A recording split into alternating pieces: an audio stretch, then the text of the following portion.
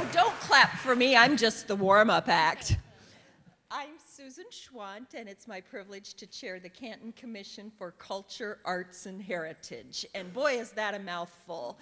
And today, we are so proud to partner with Beth Stewart and the Michigan Philharmonic to bring you the Middle Eastern Fusion Fest. And I just want to thank all of you for being with us this afternoon. If you live in Canton, you are well aware that we have an incredibly rich, diverse community. And once a year, we celebrate Acts of Culture Week, and the Middle East Fusion Fest happens to be the culmination of our celebration. And so I'd like to thank all of you for coming, and we have one more event coming up next weekend, and that is our Acts of Fashion show, and the proceeds for that will benefit the Children's Center and the Partnership for the Arts. And I would be terribly remiss if I did not thank the Canton Community Foundation for making this program possible, and also Genova's Pizzeria. They will be serving refreshments to all of you during the intermissions. So again, thank you, and it is my pleasure now that we're here to celebrate the music of the Middle East. I think music more than anything else has the power to open doors to greater cultural awareness, understanding, and peace. And that's our goal this afternoon. And so I would like to introduce you to Beth Stewart, the Executive Director of the Michigan Philharmonic. Beth is going to take us on a journey through the Middle East, so get your suitcases packed and your passports out, and let's get ready to leave.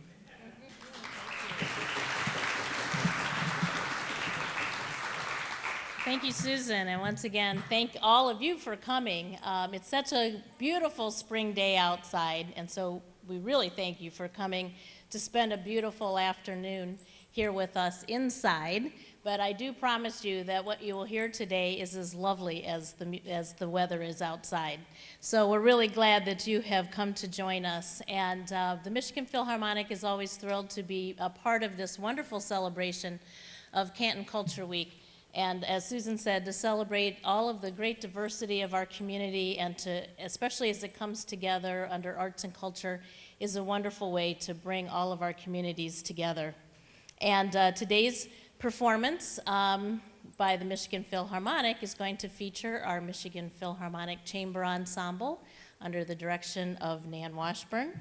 And we are also thrilled today, as part of our program, to welcome Michael Ibrahim, who is the conductor and music director of the National Arab Orchestra, who after intermission is going to share with you a little bit about an introduction to the beautiful music of the Arab culture, and play a little bit for you as well on some of the instruments. And then we're really happy to feature our wonderful ensemble from Maples Elementary School. Hello, you guys.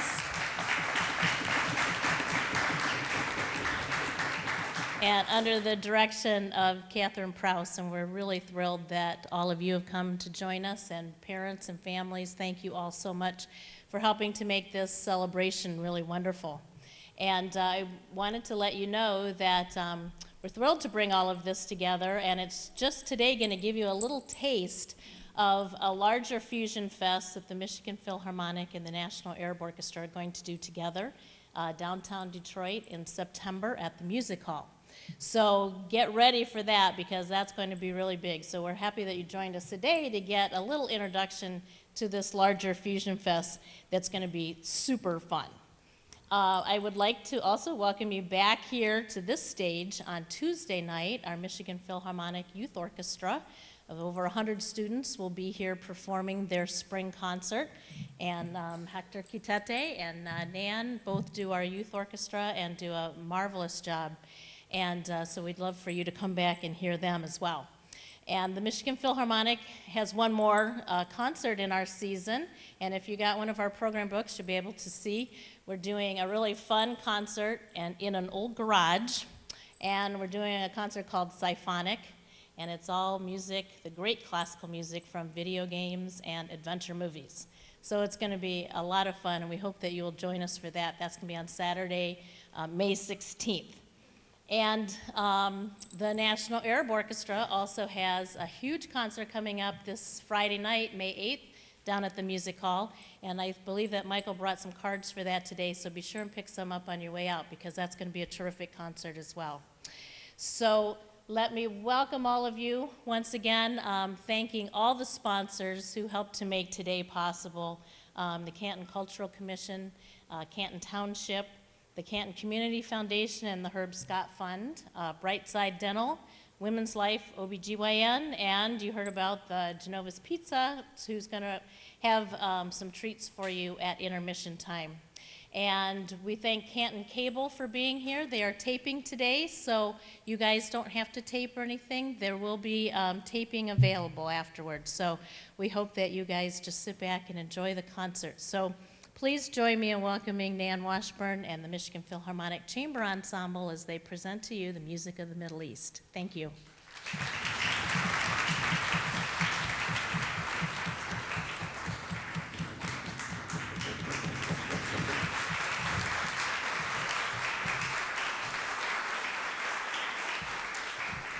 Good afternoon, everybody. The program we have today is definitely fusion, and I want to explain that because it really is going to be mixing both what we consider more classical Western music with the music of the Middle East, or at least inspiration from the Middle East. We're going to start today's program with one of two pieces that probably is the best known in terms of coming from the Western classical orchestra tradition. There are two pieces that just jump to mind, and one is probably the Arabian Dance from the Nutcracker that Tchaikovsky wrote.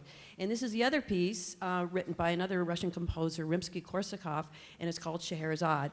And Scheherazade is based on this 1001 Nights, also called the Arabian Nights, piece of literature written a long time ago, a collection of wonderful stories. And so this is just a little excerpt of that larger orchestra piece.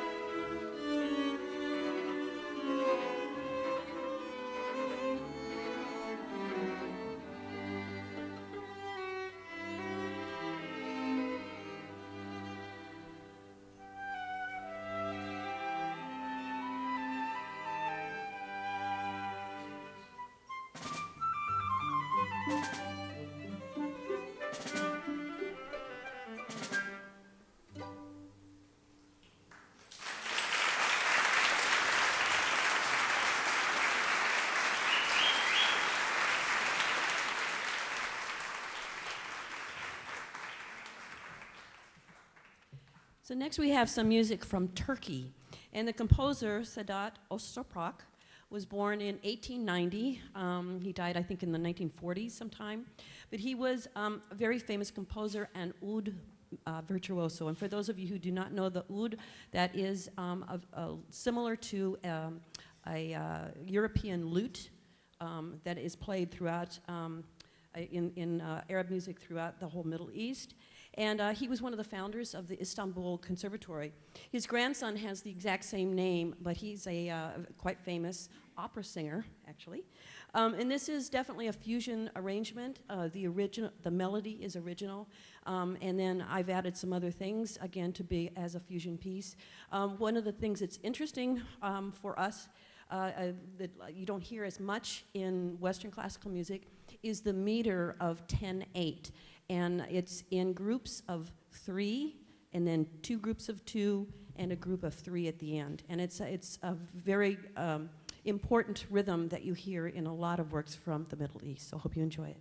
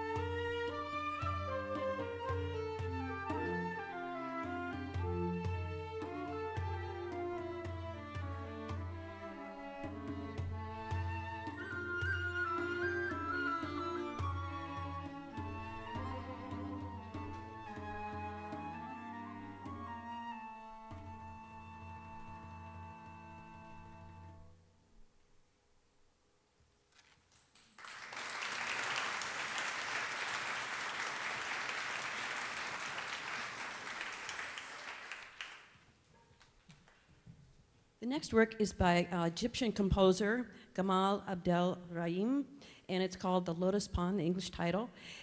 He was born in 1924. I think he died a few years ago. But he was somebody that was trained both in traditional Egyptian music, plus he went off to Germany and studied Western classical music and composition. He returned to Egypt and actually joined the faculty once the Cairo Conservatory was just newly opened. He taught music theory there. So I hope you enjoy this, The Lotus Pond.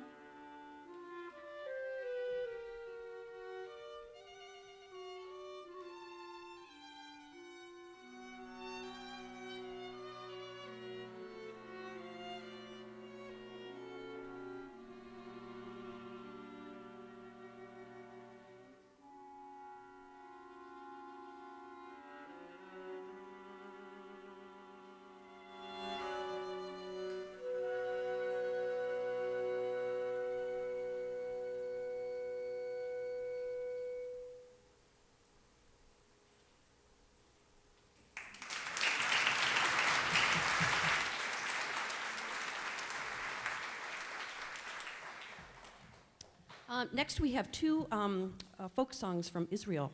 And the first one, Shalom Havarim, is one that is quite well known.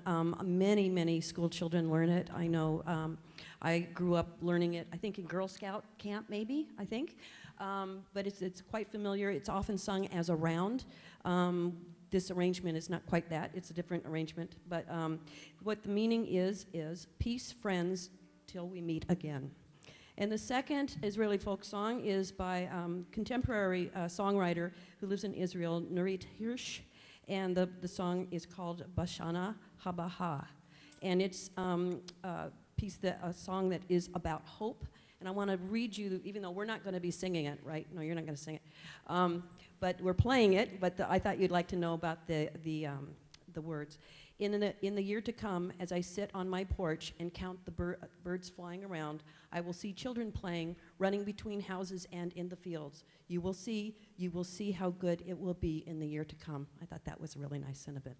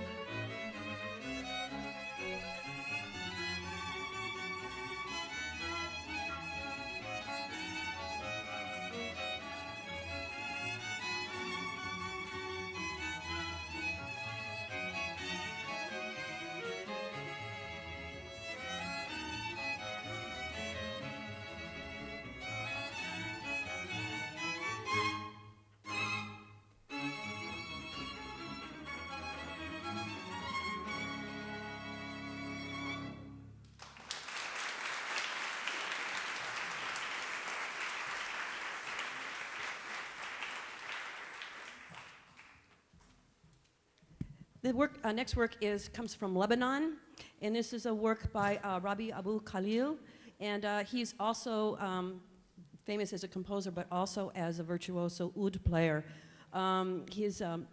This piece, Arabian Waltz, he recorded, I think, a number of years ago. It was written in 1995, but it became very, very popular when this group called the Silk Road Project, that's under the direction of the very famous cello virtuoso Yo-Yo Ma, took it up and is playing it all over the place. And that is a group that definitely crosses all borders and everything in really mixing up music from all different cultures to come together. And it's all about the Silk Road, the historical Silk Road that included not only the Middle East, but Asia, Eastern Europe, and India, and parts of Africa as well. So this is a piece that, as I said, is quite well known, and you can always check it out on YouTube even.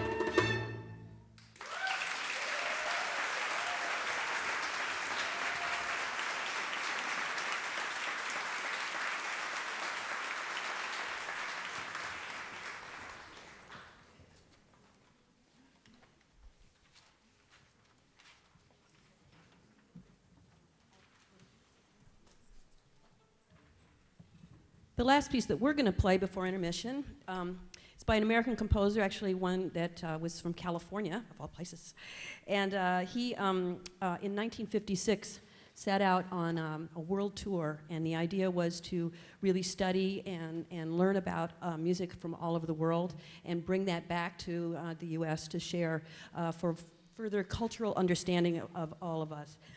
He spent, at the invitation of the government then, in the winter of 1956 in Iran, and this was a piece, it's called Persian Set, and it was inspired by the Persian music that he heard, the traditional music. He didn't actually quote any specific folk songs, but he was certainly inspired by it. It is in 4 different movements. So there's first a slower movement, then a faster movement, another slower movement, and then a fast movement that I think you'll know when it's over.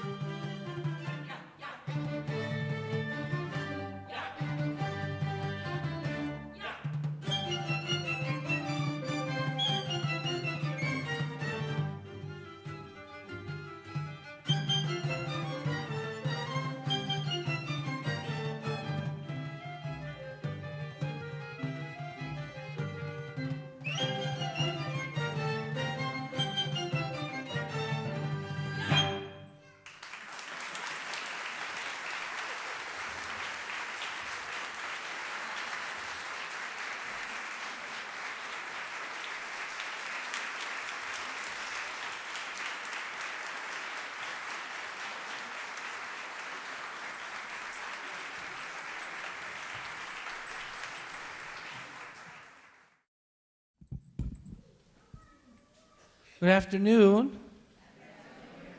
How is everyone doing today?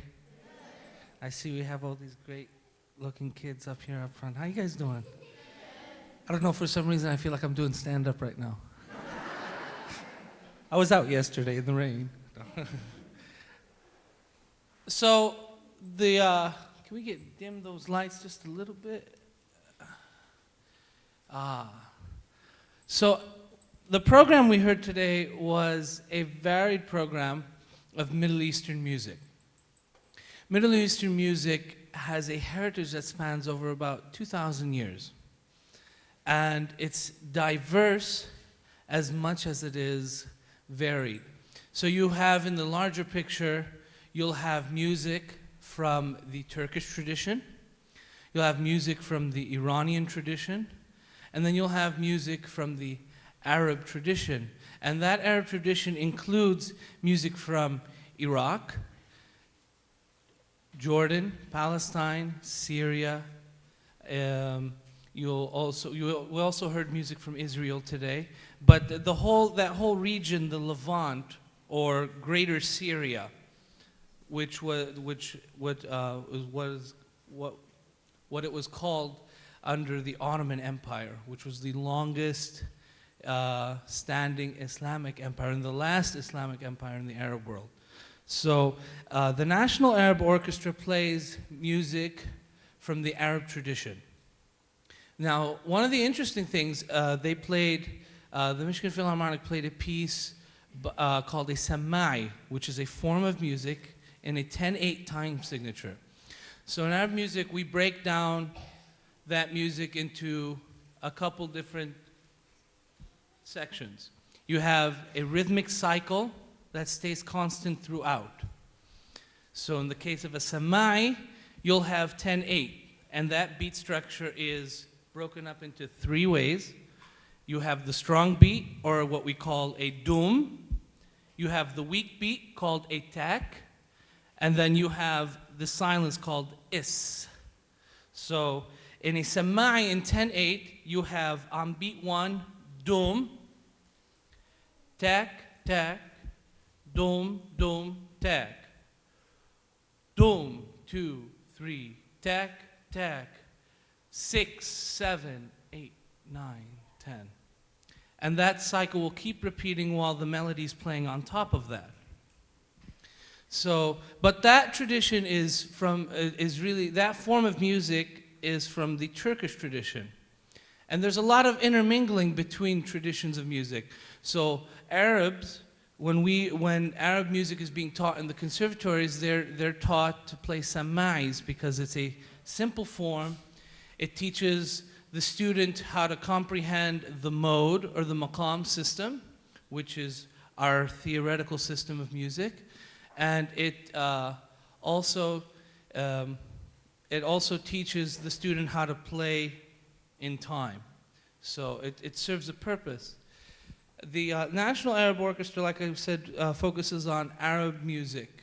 Music that comes from Egypt, Syria, Palestine, Iraq. But even within the Arab tradition, you'll have smaller subcultures of music. For instance, the way a musician would perform in the Iraqi tradition would differ than if that musician were to perform in an Egyptian tradition. For instance, the Iraqi maqam system has a different style, a different way they carry out the maqam, which is the scale, which we'll get into that so far. Are we kind of following here? I know it's kind of a little bit boring here. We're just having a lecture, you know. Surprise. We're going to have a test at the end, right? Okay. So Arab music mirrors the West in many different ways. In the West, you have form to the music, you have a sense of beginning and end, and we end in the same key that we begin. The differences are, we don't have a key in terms of, I'm in the key of C, and I'm going to modulate based on a chordal system. 1, 4, 5, 1. Everybody, you know, if you hear any kind of music, you'll hear, you know, 1, beam, bum, bum. It's pretty simple chordal structure right there. Arab music, our theoretical system of music is based off a series of scales called maqams, or maqamat, plural in Arabic, maqam singular. And that is a set of notes that are built on a scale, and they're separated by a series of tetrachords. And those are played based on certain traditions. So to demonstrate some of that,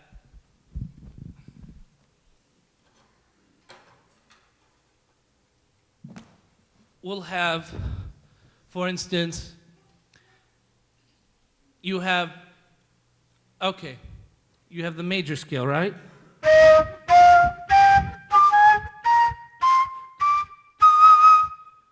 Sounds pretty easy to the ear, right? So we have something called microtones or quarter tones.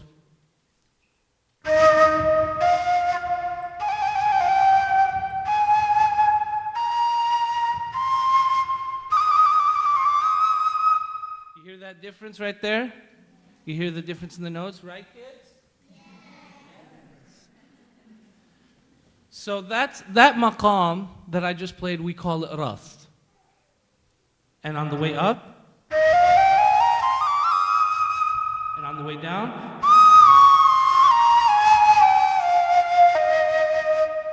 okay? So if I were to improvise on that, because Arab music is heavily based on improvisation, there's a set of traditions where I would build on that. I would start off with the tonic.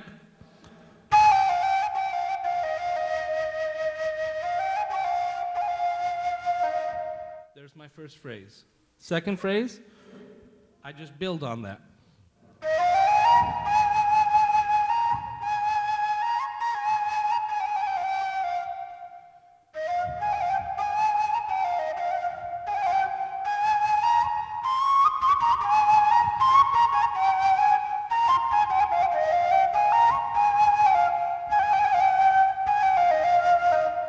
So I just extended the scale to really solidify that sound in the listener's ear. Now, I can go and I can modulate.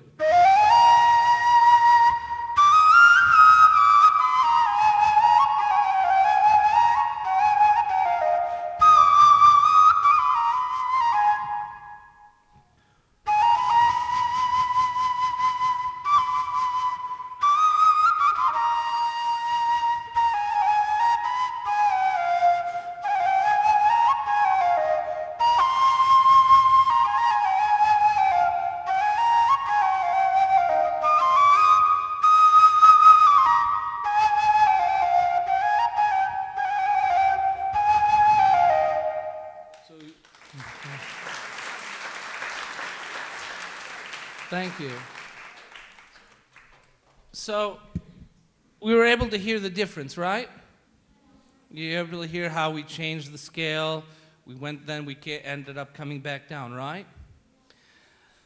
Another thing that Arab music imitates Western music is in the way it developed.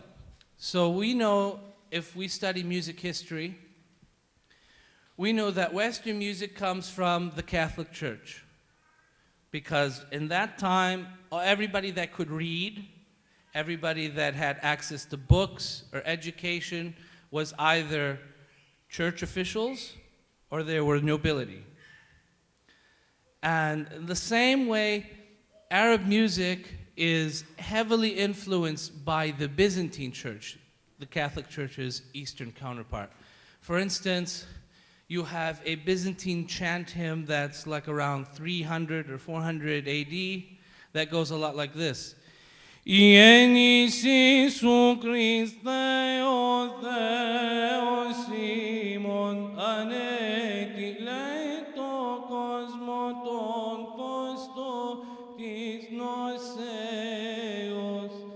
then we're jumping over to like 1960, 1970, an Arabic piece that goes, ليلة امبارح ما جانيش نوم واحنا لسه في أول يوم قبل ما ترميني في بحورك. So we have the same treatment of the scale. There's a lot of similarities in the way we ornament. It's just, you can hear the relationship, right? Yeah?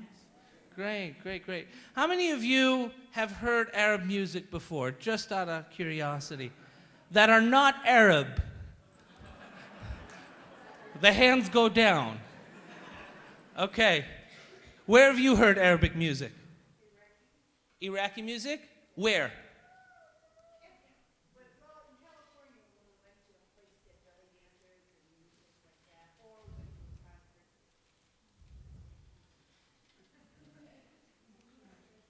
So you've been exposed to some of the pop culture genre, right? Very good. Anywhere else? I'm interested to know your experience. Yes, ma'am.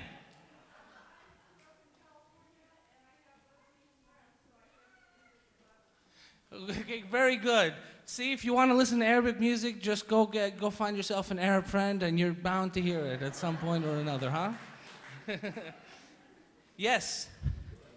I live in East Dearborn. Uh-huh. And I went to sleep last night listening to Beirut. How many of you know who Fairuz is, right? بعد الحبايب بعد وبعد الحبايب. Know that one, right? Okay. Yes, sir.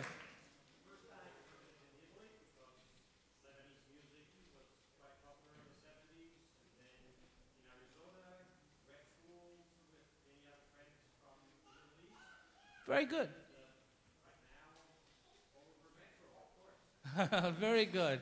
Very good. So we see that, like, most of you have had some experience with Arab music. So what you've probably noticed is that there's a lot of movement, right? Right? So if you were to listen to an old recording of Arab music, it's not as clear-cut or clean as you would go hear a Western orchestra. In a Western orchestra, everybody's playing the same thing. You have everybody, their parts nicely and neatly fit together, and everything's just right on the dot, right?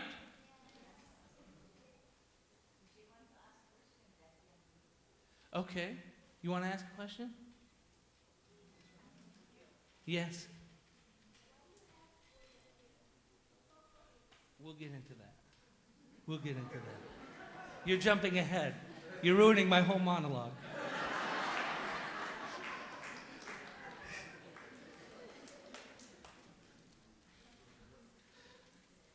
So like we were saying with Western music, everything is written down, fits nice and neat. You have your harmony, you have 1, 4, 5, 1, you have your developmental section. In Arab music, everyone's playing the same thing. There's one melody, everybody plays it, except the variants are when the individual players are improvising on that melody. For instance,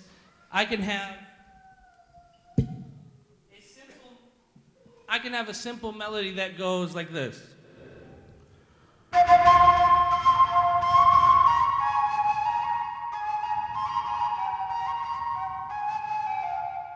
Right?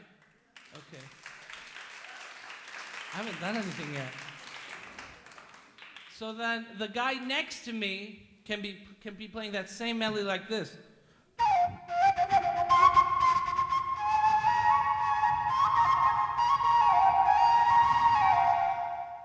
Slight difference.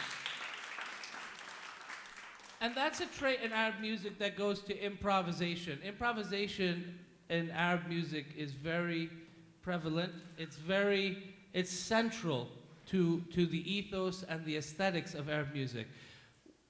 We can describe the difference between Western and Arab music simply by this. Western music is more cerebral. You listen to a piece of Western music, it makes you think of something.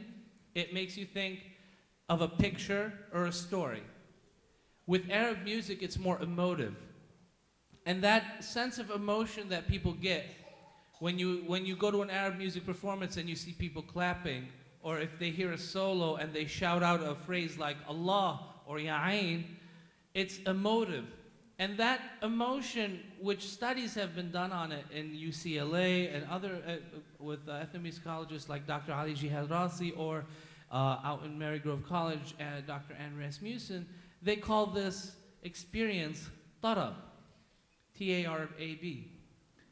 And you get that from the actual modes that are being played and the melody that's being played, and it just makes you feel something. Now there's a couple types of tarab. There's the nostalgic tarab where, and that's more prevalent with Arabs who live away from the Arab land, where when they hear a piece of music, they're like, oh my God, that takes me back to my childhood, or takes me back to when, you know, I was at home with my family. I remember when they first played that on the radio.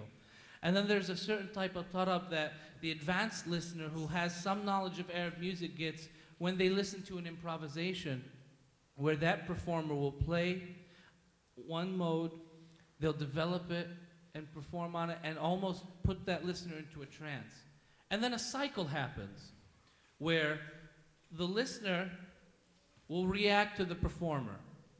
The performer in turn will start to perform more and put some more energy behind his performance. And then that audience member will in turn get more excited, and that cycle will continue to go until everybody leaves the performance in an ecstatic state of ecstasy called sultana. How many of you have heard that word, sultana? Arabs can raise their hands too. That's it. So what I'm going to do for you today is I'm going to perform a improvisation. Now, I'm going to play on a certain scale. If you want, you can close your eyes, try to listen to what's being done, and see if you can get some sort of feeling out of it. Okay? I'll be playing it on the nai, which is an Arab reed flute. This is for you right now. Okay? An Arab reed flute which dates back more than 5,000 years. So it's probably one of the oldest instruments aside from the bone flute, which some people have found like in prehistoric times. It has 7 holes. It's made out of cane that grows in the Middle East and only in certain parts of the Middle East, because the stalk has to grow a certain way and the nodes, these lines here, have to measure up perfectly for each size. Now, this is a pitched instrument. So I play this instrument for one key, and for another key, I play this instrument. So in my bag, backstage, I have a whole case full of flutes. And that's one for each key. So for instance, you have this. And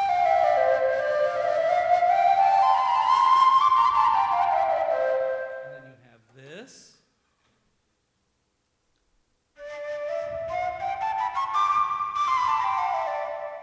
And then you have this.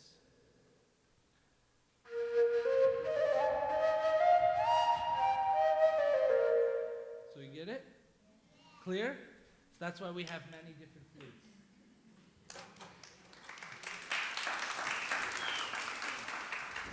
So I'm going to play an improvisation on a maqam called Hijaz.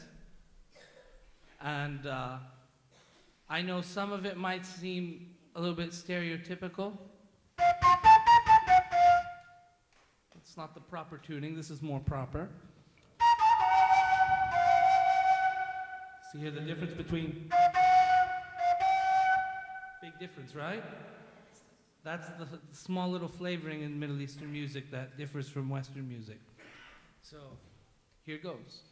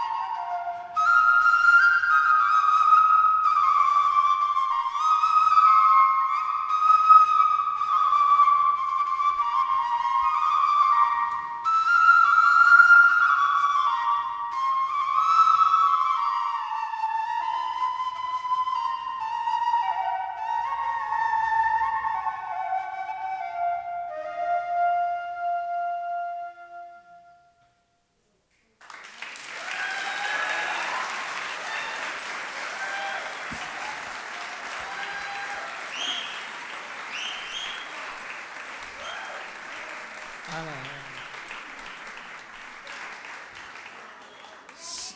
know. So I guess this is the part where I'm going to open it up to questions from the audience. Let's get some lighting here to see. Any questions so far about what you heard or anything? Don't be shy. There's never a wrong question. Anything? Nothing? Yes, ma'am.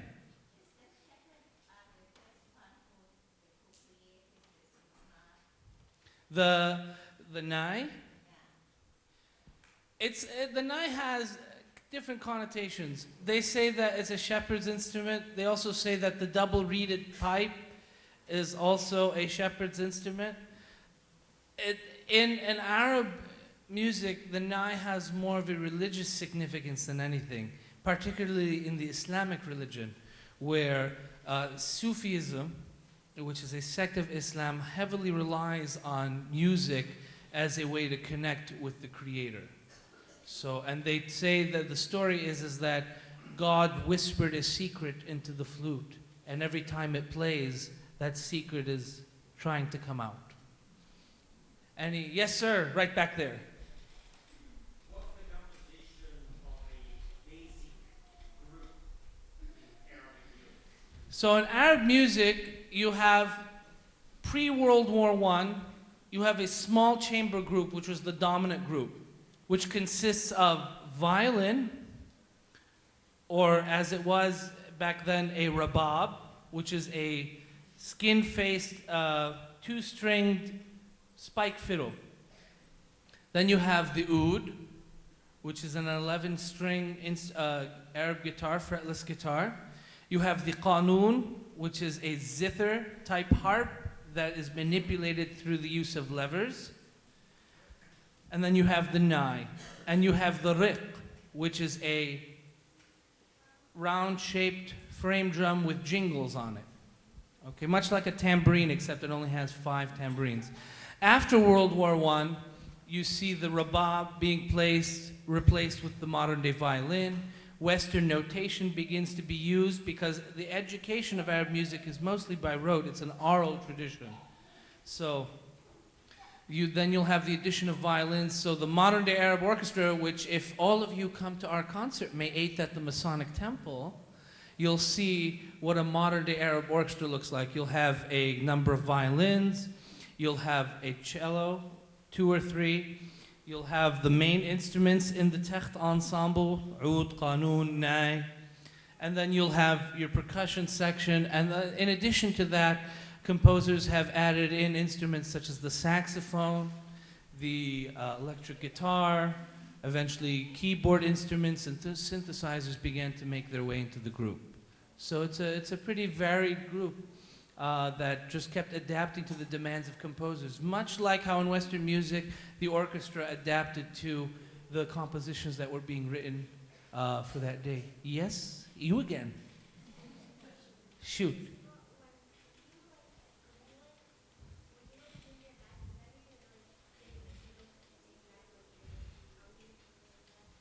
When I move my head, that's more for aesthetic. That's me just getting into it.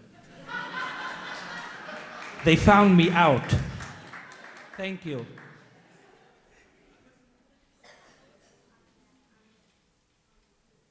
So the nai has a range of about an octave or 2 octaves and a half. Okay? You can play chromatically on that instrument, so every note is available for you, but out of convenience, because we don't like to make things too complicated in music, we just have pitched instruments that just make it easier for us. Yes, ma'am.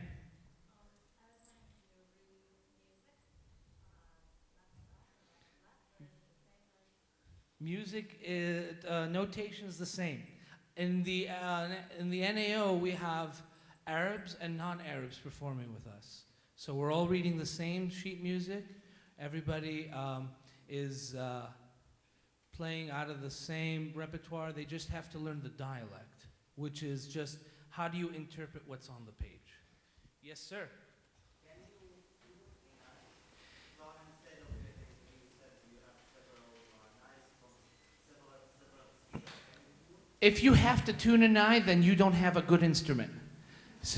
So yeah, you can shave off the top, or you can play around with the tone holes, but generally if the maker is good, you don't have to do any of that. And every performer on the Nye has a different way of performing, a different sound. It's like the bassoon. I can tell a bassoon player by his sound. Like I know my teacher's sound, Bob Williams, when I listen to him without even looking at him playing. Same thing with a Nye player. If I can tell that's so-and-so from so-and-so on this recording because of his sound and the way he plays. Yes, ma'am. Hi.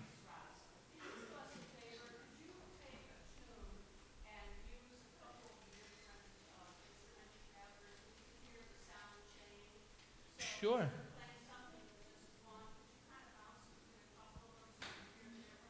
Yeah, I don't mind playing. Do you guys mind me playing?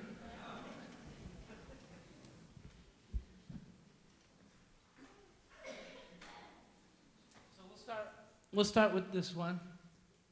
Now let's play Name That Tune. For those of you who know what to do in an Arab setting, if you want to clap, it's okay. You know, if you want to express that you like what you hear, that's okay. So don't be afraid.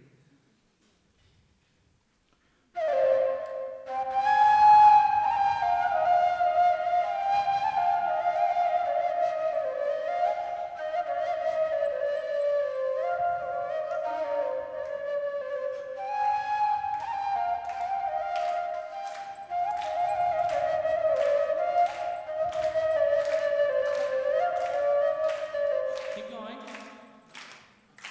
Have to keep some kind of continuity.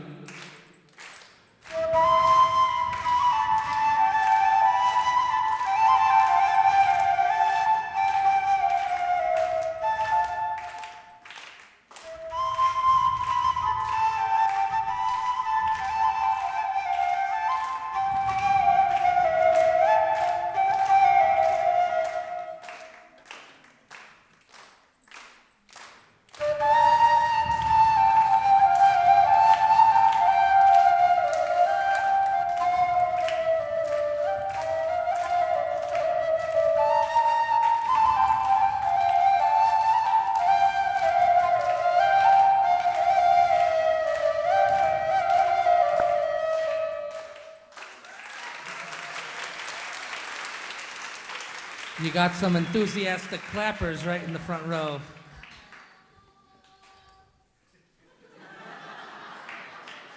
Who was that? We got a little singer right there, huh? تعال تفضل. Come on up. So we have a better picture now about Arab music, right? So if you want to find out more and get a more varied look, I urge you all to take postcards out in the front of the NAO's concert. I also have tickets for sale myself, if all of you are interested or anybody is interested. And I want to thank Beth Stewart, the Michigan Philharmonic, and Nan Washburn for having me here today. Thank you so much for letting me share this culture with you.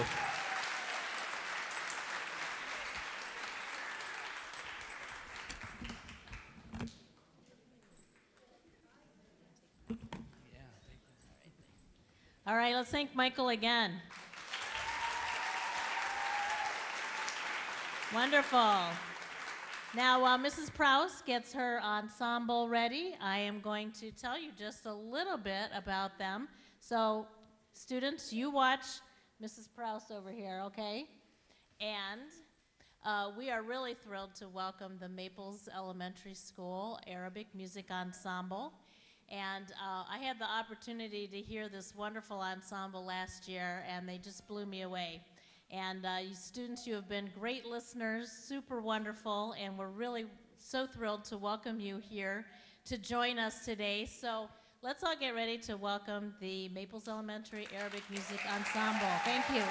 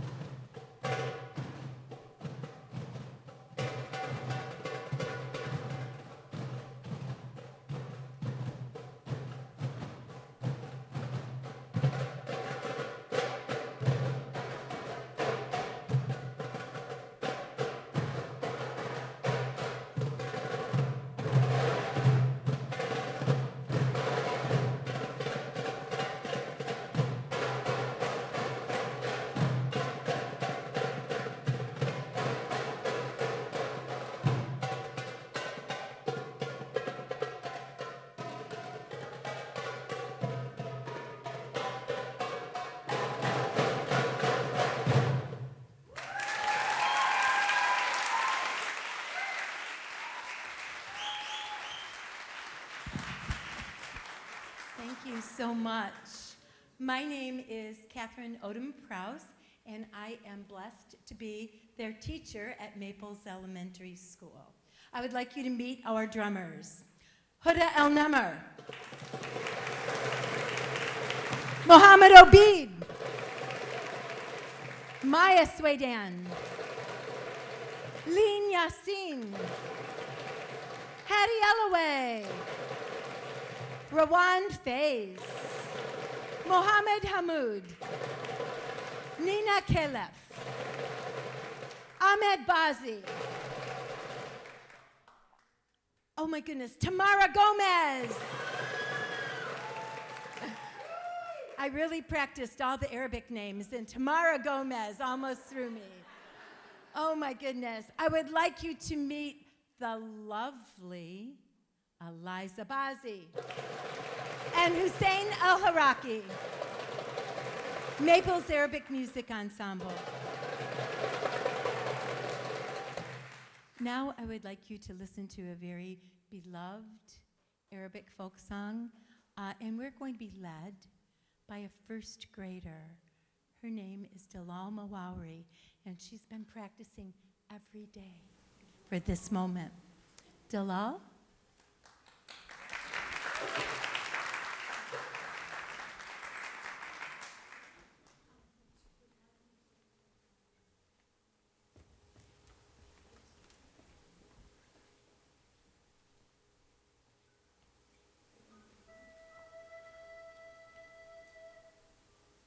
طلع البدر علينا من ثنيات الوداع وجب الشكر علينا مدى لله داع مدى لله داع.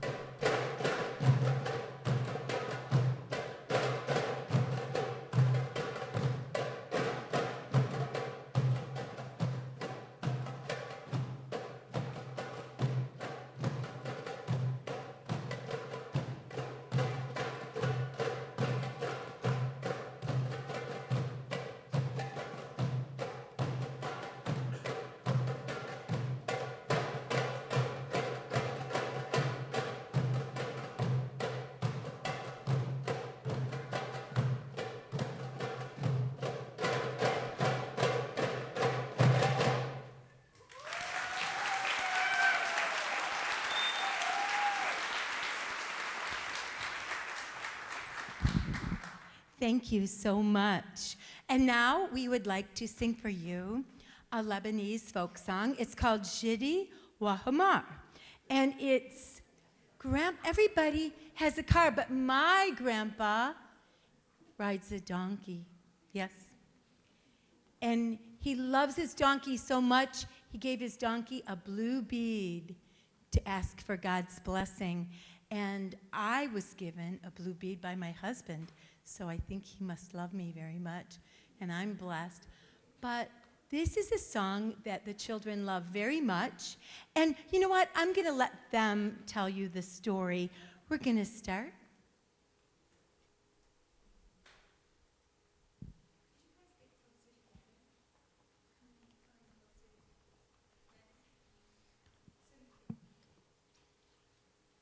Everybody has a car, but Grandpa has a donkey. He puts us behind him, takes us on a walk.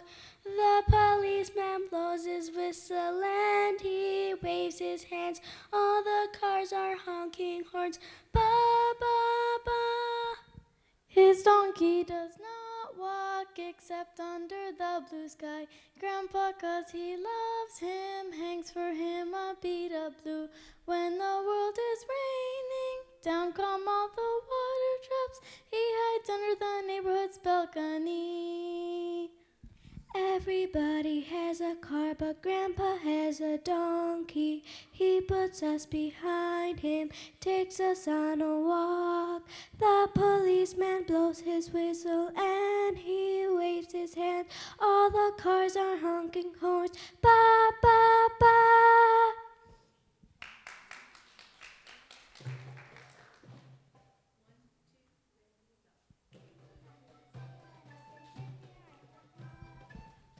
Oh, wait for Miss Prowse. I know you're anxious. Could we hear the recorders, please? 1, 2, just the recorders. 1, 2, ready, go.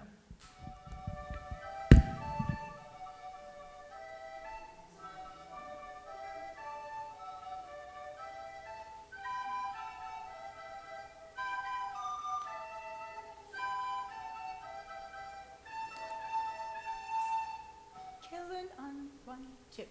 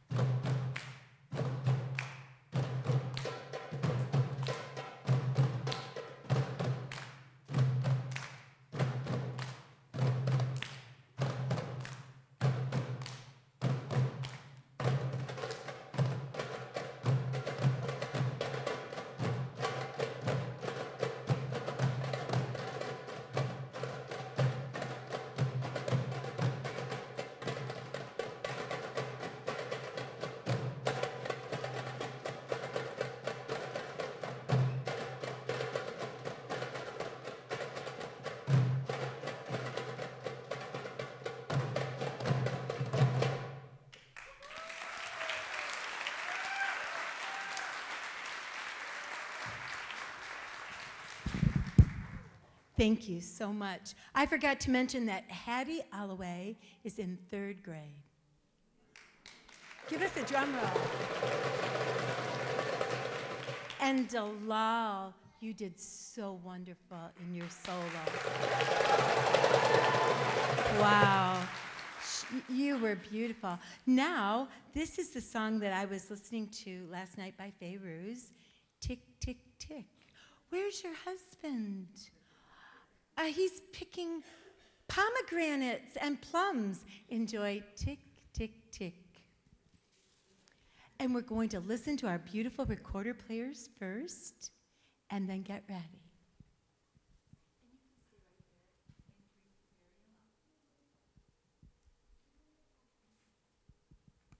Nina and Miriam are our soloists.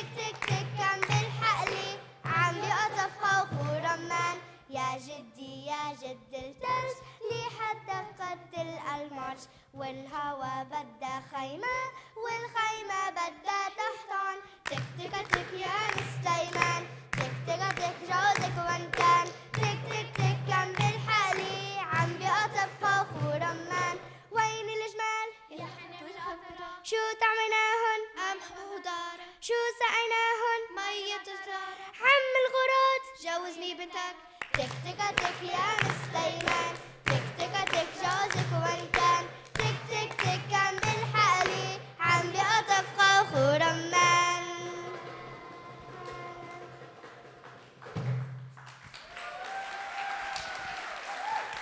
Thank you so much.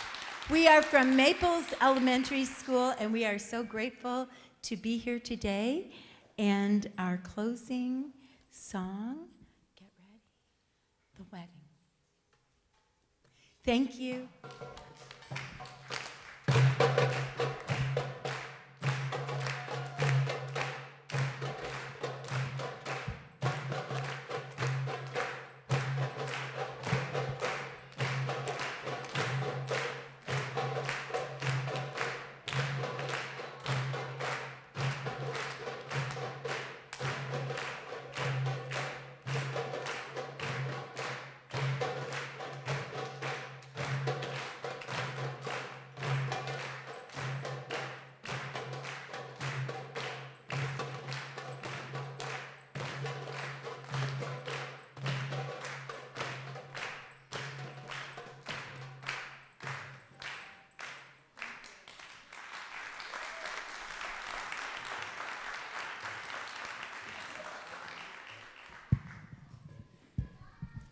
Wonderful job. Let's thank them all again.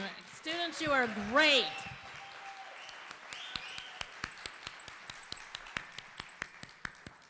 We just wanted to thank everyone again for coming today, for enjoying a beautiful afternoon with us, and celebrating the power of the arts and culture to bring everyone all together. So thank you all for coming. Let's round of applause for all our performers. Thank you.